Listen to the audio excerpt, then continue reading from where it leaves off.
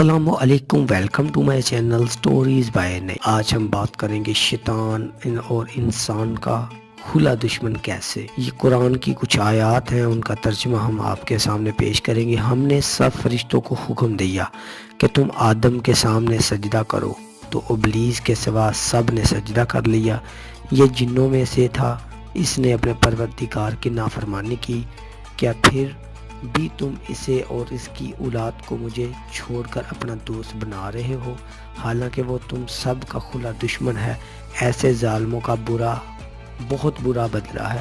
میں نے انہیں آسمان و زمین کی پیدائش کے وقت موجود نہیں دیکھ رکھا تھا، اور نہ خود ان کی اپنی پیدائش میں، اور میں گمراہ کرنے والوں کو اپنا اور بازو بنانے والا بھی نہیں۔ تفسیر سے ہم اس کو بیان کرتے ہیں کہ یہ کیا اصل میں معاملہ ہے۔ یہاں سے بیان ہو رہا ہے کہ ابلیس تمہارا بلکہ تمہارے اصلی باپ حضرت آدم علیہ السلام کا بھی قدیمی دشمن رہا ہے۔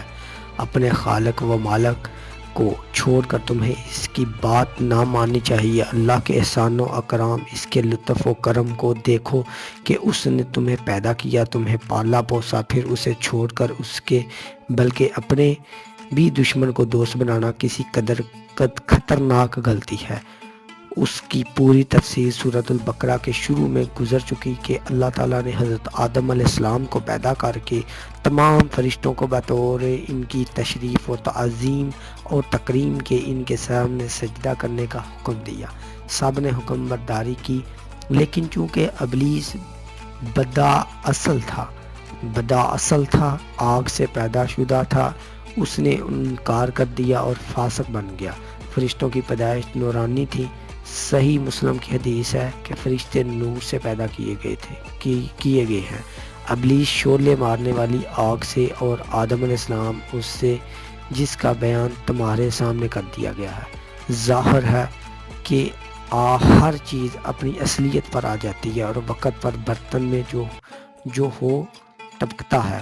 گویا ابلیس فرشتوں کے سے ایمال کر رہا تھا، انہی کی مشابہت کرتا تھا اور اللہ کی رضامندی میں دن رات مشغول تھا، اس لیے ان کے خطاب میں بھی یہ آ گیا، لیکن یہ سنتے ہی وہ اپنی اصلیت پر آ گیا۔ تکبر اس کی طبیعت میں سما گیا اور صاف انکار کر بیٹھا۔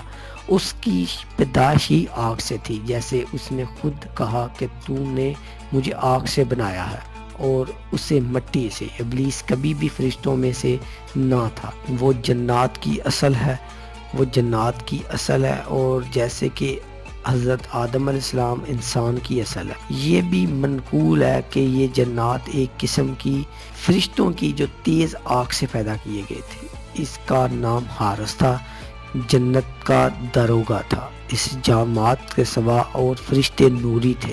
جنات کی پیدائش آگ کے شعلے سے تھی۔ حضرت ابن عباس رضی اللہ تعالی عنہ فرماتے ہیں کہ ابلیس شریف فرشتوں میں سے تھا اور بزرگ قبیلے کا تھا، جنتوں کا داروغہ تھا، آسمان دنیا کا بادشاہ تھا، زمین کا بھی سلطان تھا۔ اس سے کچھ اس کے دل میں گھمنڈ آ گیا تھا، وہ گھمنڈ بڑھتا جا رہا تھا۔ اس کا صبح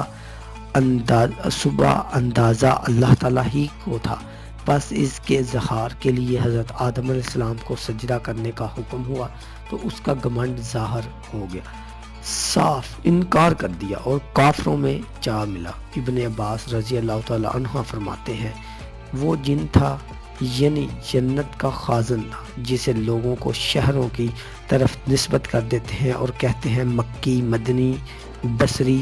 یہ جنت کا خازن آسمان دنیا کے کاموں کا مدبر تھا، یہاں تک کہ فرشتوں کا رئیس تھا۔ اس معصیت سے پہلے ملائکہ میں داخل تھا، لیکن رہتا تھا زمین پر، سب فرشتوں سے زیادہ کوشش سے عبادت کرنے والا اور سب سے زیادہ علم والا تھا، اسی وجہ سے پھول گیا تھا۔